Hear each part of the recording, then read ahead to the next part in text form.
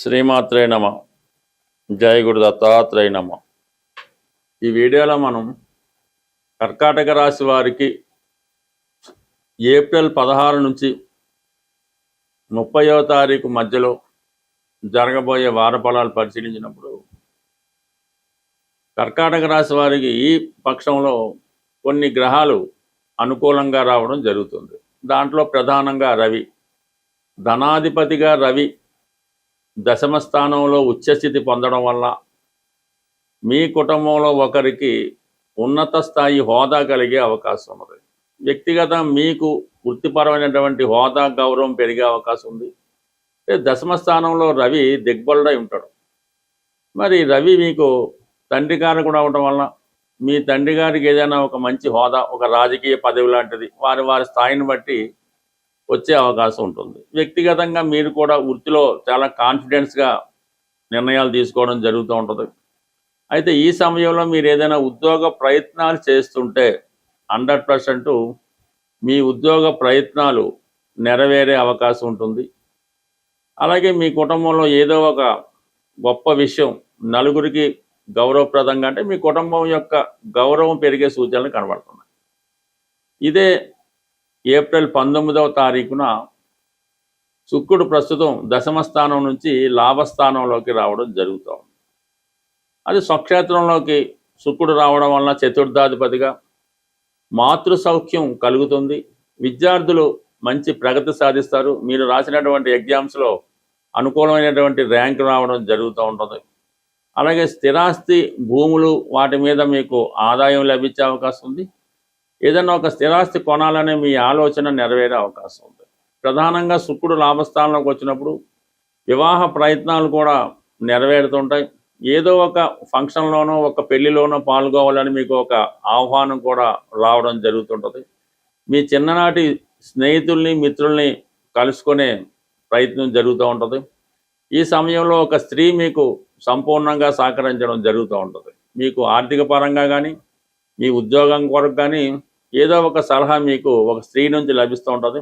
అది మీకు చాలా ఉపయోగకరంగా ఉండే అవకాశం ఉంటుంది. సో మొత్తం మీద ఈ విధంగా ఉంటుంది. ఈ రెండు గ్రహాలు మీకు చాలా వరకు అనుకూలిస్తాయి. ఇక బుధుడు భాగ్యస్థాన సంచారం వల్ల అక్కడ కుజగ్రహంతో కలిసి ఉన్నాడు. అంటే కుజుడు మీకు యోగకారకుడు.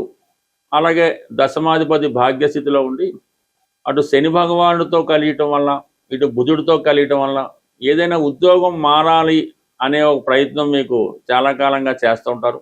ప్రస్తుతం కూడా ఈ ఉద్యోగం మార్పుకి చేసే ప్రయత్నాలు చాలా వరకు ఫలించే అవకాశం ఉంటుంది.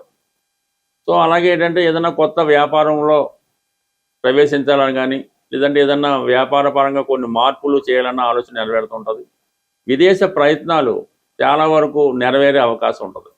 అలాగే కొంతవరకు ఆర్థిక పరమైన విషయాల్లో కొన్ని అనుకోని నష్టాలు జరుగుతూ ఉంటాయి. అంటే రావాల్సిన ధనం రాకపోవడం, అలాగే ఏదో ఒక మోసం లాంటి చికాకు రావడం జరుగుతూ ఉంటుంది. అది దగ్గర బంధువులతో కానీ మీకు మీ యజమానితో కానీ మీరు ఎక్కడైనా వర్క్ చేస్తుంటే ఆ బాస్తో కానీ లేదంటే మీ దగ్గర నమ్మకంగా పనిచేస్తున్నటువంటి మీ సహాయకులు కానీ ఏదో ఒక విధంగా మిమ్మల్ని మోసం చేయడం కానీ ఏదో ఒక విధంగా మిమ్మల్ని నష్టపరిచే ప్రయత్నం చేస్తూ ఉంటాం. అందుకని ఎప్పుడు కూడా మీరు ఇలాంటి సమయంలో ఎప్పటికప్పుడు ఈ లెక్కలు కరెక్ట్గా చూసుకోవడం, జీతాలు కరెక్ట్గా ఇస్తానో లేదో చూసుకోవడం, ఇవన్నీ వ్యవహారాలు దగ్గరుండి కరెక్ట్గా చూసుకోకపోతే ఏదో ఒక పొరపాటు వల్ల అది మీకు బ్లేమ్ అయ్యే అవకాశం ఉంటుంది. అందుకని ఈ సమయంలో మీరు ఎవరిని కూడా, అంటే మీ దగ్గరికి పనిచేసే వాళ్ళని, మీ సహాయకుల్ని, అలాగే మీకు నమ్మకమైన వారిని కూడా కొద్దిగా జాగ్రత్తగా గమనించడం మంచిది. ఎందుకంటే ప్రస్తుతం జరుగుతున్నటువంటి అష్టమ రాహు ప్రభావం వల్ల ఏమవుతుందంటే ఏదో చెయ్యని నేరానికి చిన్న మిస్టేక్ కదా అనుకుంటాం, అది ఒకసారి చాలా పెద్ద విపరీతమైనటువంటి ఇబ్బందికి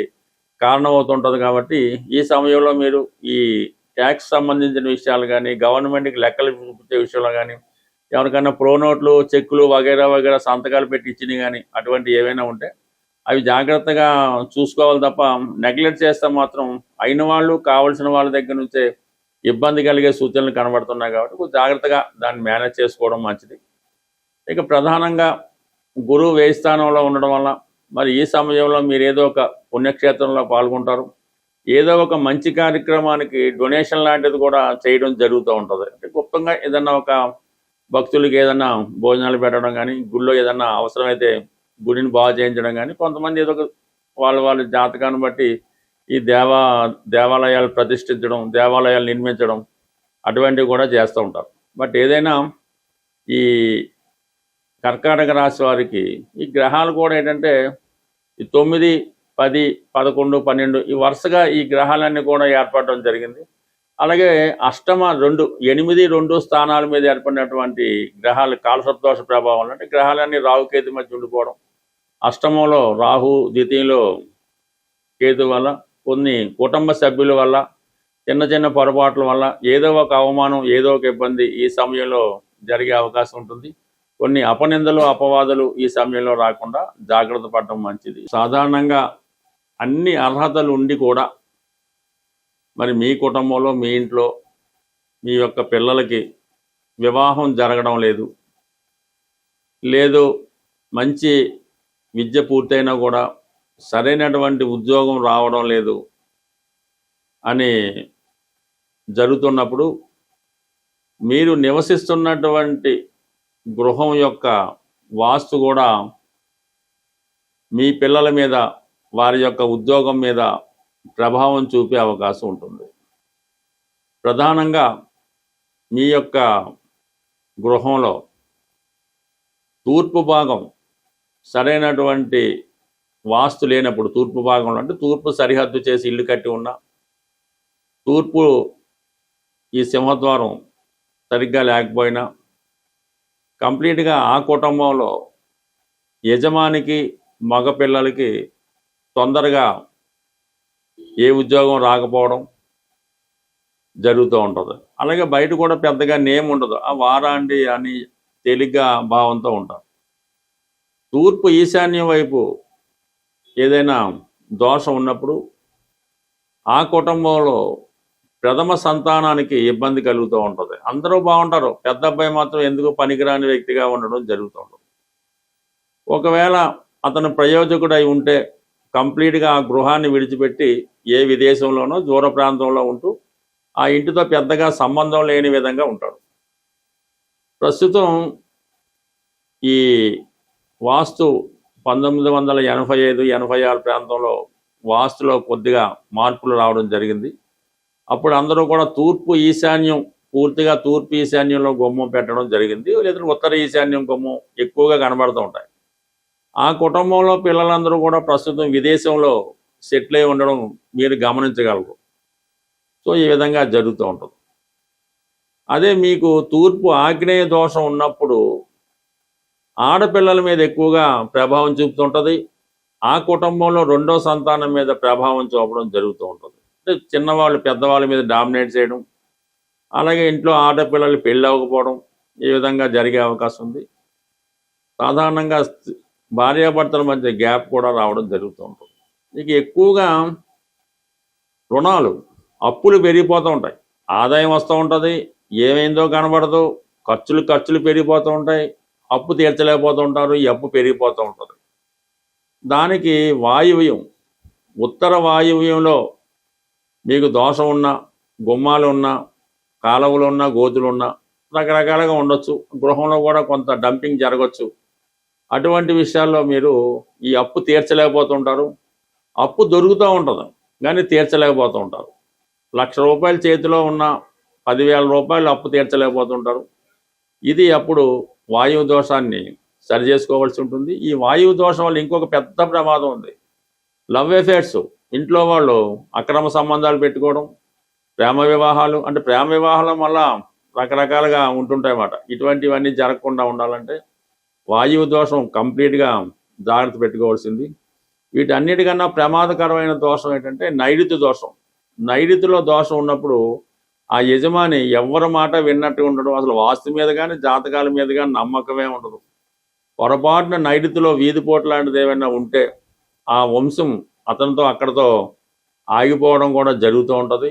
నెమ్మదిగా మరి ఆ గృహం ఏదో ఇబ్బందులు, అనారోగ్య సమస్యలతో బాధపడడం జరుగుతుంటుంది. నైరుతి దోషం ఉన్న ఇంట్లో నివసిస్తున్నటువంటి యజమానికి ఎక్కువగా ఈ మోకాలు నొప్పులు జరుగుతూ ఉంటాయి, మూర్ఖత్వంగా వ్యవహరించడం కూడా జరుగుతూ ఉంటుంది. అయితే వాస్తు ఎప్పుడు ఏమవుద్దంటే, సాధారణ ఇల్లు కట్టినంబట్నే సాధారణంగా రాదు. 7 సంవత్సరాలకి ఒకసారి అది ప్రారంభమవుతూ ఉంటుంది. మనం అద్దిల్లు అనుకోండి, దిగిన సంవత్సరం పెద్దగా ఇబ్బంది ఉండదు. సంవత్సరం తర్వాత దాని ప్రభావం అంటే నెమ్మదిగా అది అలవాటు పడుతూ ఉంటుంది. వాడు అందులో మనుషులకి దాని వాతావరణం అలవాటు పడి నెమ్మదిగా దాని ప్రభావం చూపుతూ ఉంటుంది. అందుకని ఎవడన్నా ఇల్లు మారినా కొత్త ఇంట్లో దిగినా వాడికి బాగానే కనబడుతుంది. నెమ్మదిగా దాని ప్రభావం చూపుతూ ఉంటుంది. ప్రధానంగా మనది సొంత ఇల్లు అయినప్పటికీ కూడా వాస్తు పూజ అన్నది కేవలం మనం అందరూ కూడా కొత్త ఇల్లు గృహప్రవేశప్పుడు మాత్రమే వాస్తు పూజ చేయడం జరుగుతుంటుంది. కానీ సాధారణంగా ప్రతి సంవత్సరం కూడా ఆ గృహంలో వాస్తు పూజ పెట్టుకోవాలి. అలాగే ఏదైనా శుభకార్యం జరిగేటప్పుడు, ఏదైనా పెళ్ళిళ్ళు శుభకార్యాలు జరిగినప్పుడు ముందుగా వాస్తు పూజ చేసి, ఎలాగైతే మనం ఏదైనా పూజ చేసుకునేటప్పుడు నవగ్రహాలకి పూజ చేస్తామో అలాగే వాస్తు పురుషుడికి కూడా పూజ చేసుకోవడం వల్ల కంప్లీట్గా చిన్న వాస్తు దోషాలు ఉంటాయి, అవి ఆటోమేటిక్గా అడ్జస్ట్ అవుతుంటాయి. కాబట్టి కొన్ని పాత సాంప్రదాయాల్ని తిరిగి పాటించడం వల్ల తప్పనిసరిగా కొన్ని ఇటువంటి పిల్లల అభివృద్ధి, వివాహాలు ఇవన్నీ కూడా టైమ్లీ జరుగుతుంటాయి. స్వస్తి.